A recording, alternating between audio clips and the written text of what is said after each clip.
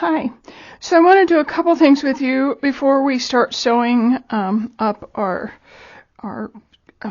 crazy quilt jacket.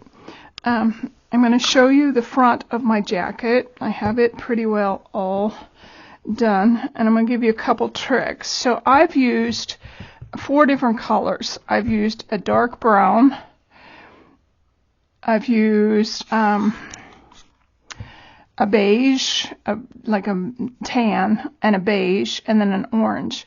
So as I started layering these down, I would do several stitches.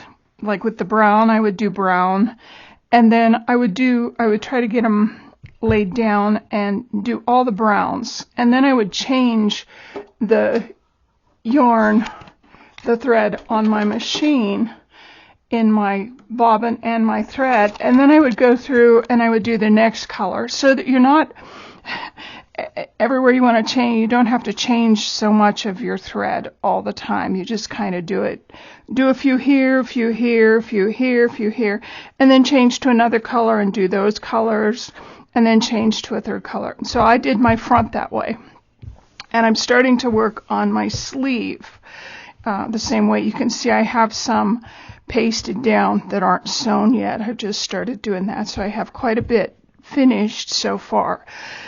So the next thing I want to show you is when we start sewing our jacket together, we're going to sew up our sleeves and our sides. And you'll want to have a little bit left so that you can turn a cuff.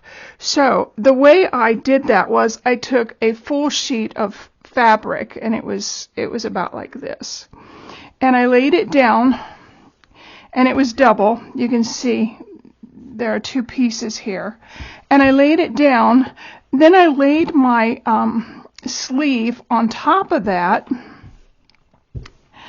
and you can see I drew a line about 1/2 inch on each side for seaming, so that when we go ahead and sew this, we will have a cuff that can turn back up on top of this. So go ahead and do this. It doesn't have to be quite this deep. Mine's, let's see, it's about 8-9 inches deep, but then it goes the width of my sleeve. So get these ready and then put them aside, and then continue working on getting all of your blocks sewn in like this. This is going to take me a while. I get real fatigued easily and get tired. I got frustrated the other day and couldn't even do anything. Nothing was working for me. So I'm putting it away. But I will get back to you once I'm ready to sew everything up and kind of show you. Oh, the other trick that I wanted to show you was, so when you get to where the front and the sleeve match, you're going to get this little piece that's just, it doesn't want to lay flat, and if you try to lay it flat this way, it gets all crinkly. So what I did to kind of fix that, this was the last piece I put in. So I did all of my straight pieces as best I could, and then when I came to this part here, you can see I took a little triangle, and then I lifted everything up and glued it down, and then I sewed it, because this is a little bit futzy to get your material on. Okay, I hope you're doing well with all your sewing. Again, this is going to take me maybe 2 weeks before I get it all covered, and then I'll get back to you with how to go ahead and sew it up. And then I'll show you how to make your you can make a bias tape, or you can buy one. I went ahead and bought one. Oh, the other few things I wanted to show you while I have you here. My husband took me out shopping, and he got me more thread, but he also got me some real pretty, I don't know if you can see it, real pretty, it's a, what do you call this? Ribbon. And so there are places I'm going to go ahead and tack this down when we get ready to do our crazy quilt stitches.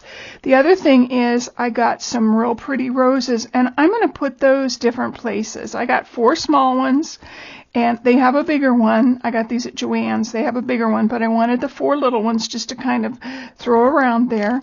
And then I went ahead and I bought the bias tape, and you can see I bought I bought the brown. And when we're ready to put the bias tape on, I will show you how to make bias tape, but I am not going to do that for mine. I've already bought bias tape to kind of fix it. Okay, I hope these helps you, little ideas. As I think of them, I'll make real small little blurbs just to kind of keep you up to date on what's going on. But you can kind of see I have my front finished, and I have, about maybe a quarter of my sleeve finished. And I'm going to work my way around, and I'll keep you updated on what's going on. Okay, I hope this helps you. I'm kind of enjoying it, even though I'm really slow with it. All right, talk to you again. Bye-bye.